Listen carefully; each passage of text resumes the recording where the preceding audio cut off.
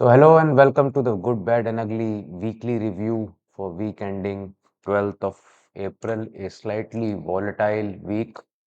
The disclaimer is there right in front of you. Please read the disclaimer.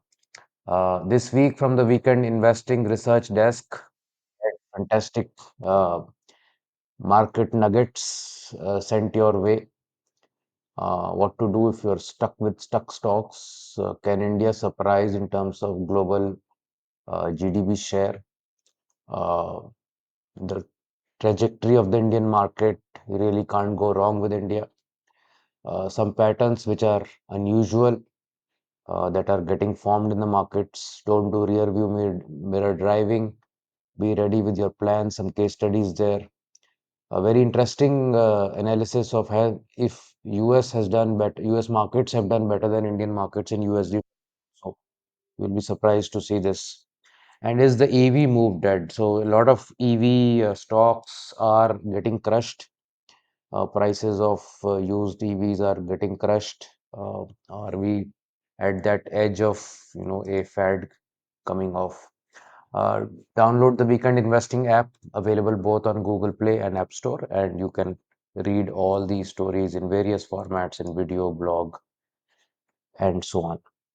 So Nifty this week was on a week basis totally flat. We started at near 22,500. We ended at near 22,500. Although in the middle we reached nearly 22,750 plus. We had one day off, so it was a 4-day week. Uh, Nothing gained, but nothing lost either. I mean, we have been flat since the start of the financial year. Uh, so we have, basically gone 2 weeks without any change. Uh, Overall, on a weekly candlestick basis, you can see that the trend is definitely up. You have higher lows, higher highs, um, until we breach this 21,650 pivot here. Nothing is an issue with the weekly trend. So some 1 or 2 weeks off and then again back up could be the possibility. You can see here this was the false breakdown. So the trend broke here in terms of a lower low, but a lower high did not form and then a lower low did not form. In fact, it went and made a higher high, and you can see the gap up because of that. Because again, the people who went into a downtrend here had to come back up and reverse positions and go up again. So many people play on very large time frames of weekly, monthly, so on and so forth, and those are large positions that change. In terms of the benchmarks, uh, Nifty was absolutely flat zero. CNX 200 0.1%, CNX 500 0.2%, mid and small cap index 0.4%, small cap index 0.5%, and Nifty next 50 0.6%. This is always a surprising outcome from Nifty next 50. Uh, so in the 2 weeks where Nifty has been virtually flat, small caps have gained 7%. So small caps have taken a lead in this current financial year so far.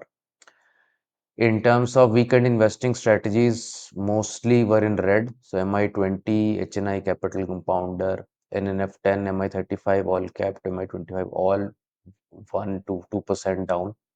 ATH2 and top 10 were flat. MI30 was 1% up. ATH was up 2%. NG50 was up 2.6% because of gold.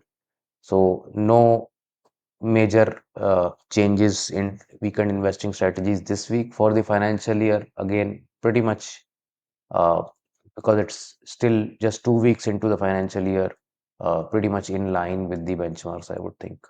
Metals took a lead this week at plus 2.9%, and real estate also was gaining at 1.6%.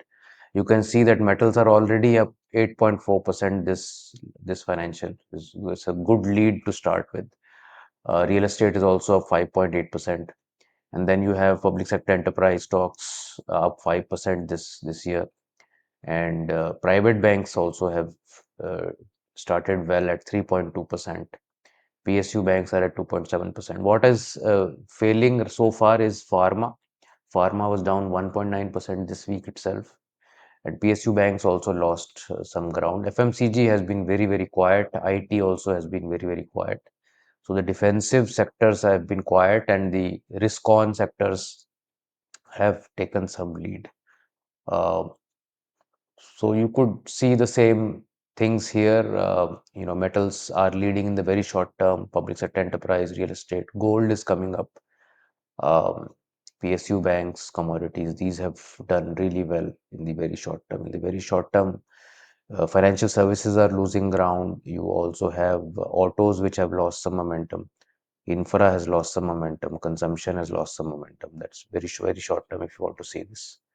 Overall, over a 1, 3, 6 month kind of an average, you can see metals, real estate, and public sector enterprise stocks have uh, done well. Strategy spotlight this week is on gold. Uh, Gold is taken off remarkably in the last few months. You can see that from the month of February itself, actually. Uh, Gold took off while Nifty was still in flattish territory. So we're up 16% on gold in the last 3 months, and Nifty is up 1.9%. Although there is no comparison that should be done, but because for the lack of any benchmark, uh, you have to see this. The good thing that you can see about this very complementary relationship of Nifty and gold is whenever Nifty is crashing, you will find gold is going up.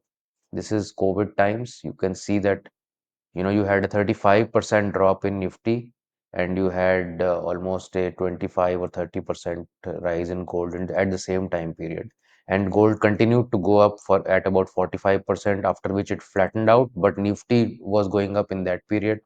So it is very complementary. Whenever Nifty is not in good shape, gold supports it, and whenever gold is flat, Nifty is doing well. So extremely good relationship there. So having both in the portfolio, according to me, is a must. And the more allocation you can do to gold, because conventional narratives are at 5%, 10%, which is meaningless in my view. But you can see the trajectory of INR gold for the last 50 years, and you'll find that people have really made decent outcomes out of that. And just imagine people who are uh, not having access to the financial markets, don't have bank accounts, even they have done well with 11.5% CAGR post-tax income. Uh, if we go further back and see the performance from 2008 before the GFC, you will see that gold has outperformed in a very big way. We're up 500% versus Nifty being up at 266%, something like that. If we go back to dot-com period, again you can see gold has done 1455% versus 1260. Although there will be pockets where one will do better than the other, and but again what you can see is that in the great financial crisis, even as equity is going down, gold is going up. Again you can see here, at the demonetization time, Nifty going up, gold going up. COVID times, Nifty going down, gold going up. You will see this pattern again and again and again. 2001 to 2003, Nifty going down, gold going up. Very complementary, and all periods where Nifty were flat or down, gold is going up. So this needs to be recognized and appreciated and put to use in your portfolio, because it continues to play a very vital role as a protection to your strategy. And we have incorporated this in one of our strategies called MI Evergreen, where we take the strongest 20 stocks from the CNX 200 universe and add a protection of gold. Here we add a 25% fixed allocation of gold to this, and this is how this strategy has continued to do well, outperform the benchmarks. Very simple strategy, monthly rebalanced. extremely good strategy to look for if you're looking for stable stocks and gold as a hedge for long-term investing. Thank you so much. I'll see you the next time. Bye.